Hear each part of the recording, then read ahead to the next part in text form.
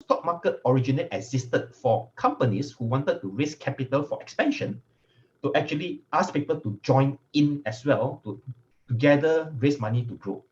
That is why, see, investors, we are called shareholders. We actually own, we are also owners of the company. So what I'm trying to say is you must have the mindset. When you're investing in the stock market, you're actually investing in a business. The biggest problem with investors is this: they tend to compare.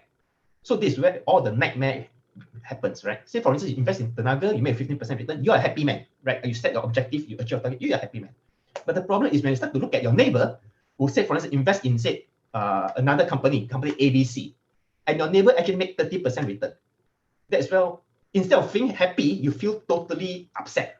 And you start to blame yourself. No, why do I invest in Tenaga? No, why did I invest in ABC and he's making much higher return? So all this problem with investing actually comes from investors themselves. They tend to compare the return that they are making with the return of other people. But let's make it very clear.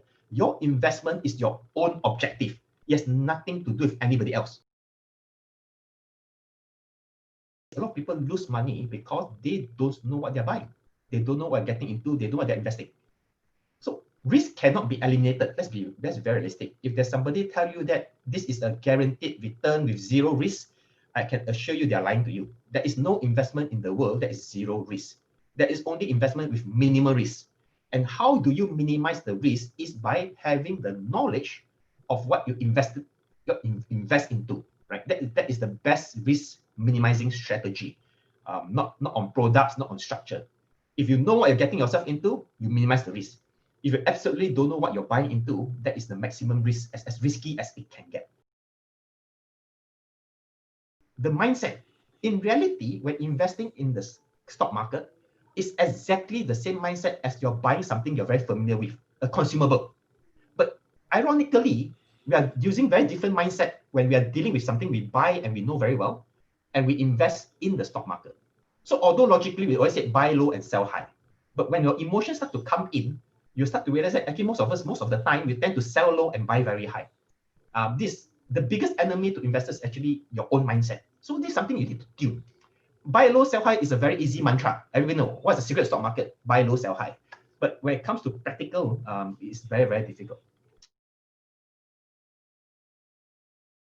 What you're looking for is, number one, look at sustainability of the margins, right? The margins is a very good measurement of how well a company manage. You want to look for a company where the margin is actually consistently higher than the peers, right? If the peers are making 2 to 3% margin, I'm making 6 to 7% margin consistently, not a one-off, 1 year hotspot kind of thing, right? The second is there revenue growth? So have the company been able to actually consistently grow? Because you may face some companies with very strong margin, but they are not able to grow. But as an investor, what you want growth. So they also be able to deliver growth. Third is you have to look at a very long past trend. During crisis, how did the company react? That actually give a very good perspective of whether this company very good at risk management.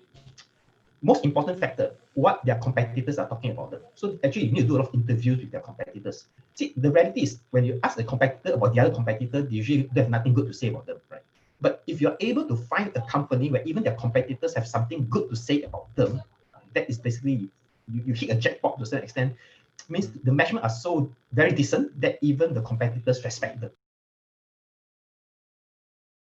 Management shouldn't be concerned about share price.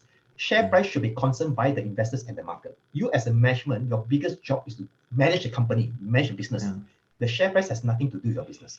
So whenever a management can tell me or telling me why I should be buying their share because the share price is cheap, the share price is up today or down today, to me, I'm totally turned off by that. So that actually give an indication of what kind of management you're dealing with. What you want is the management to give a full attention to managing the business of how to grow it.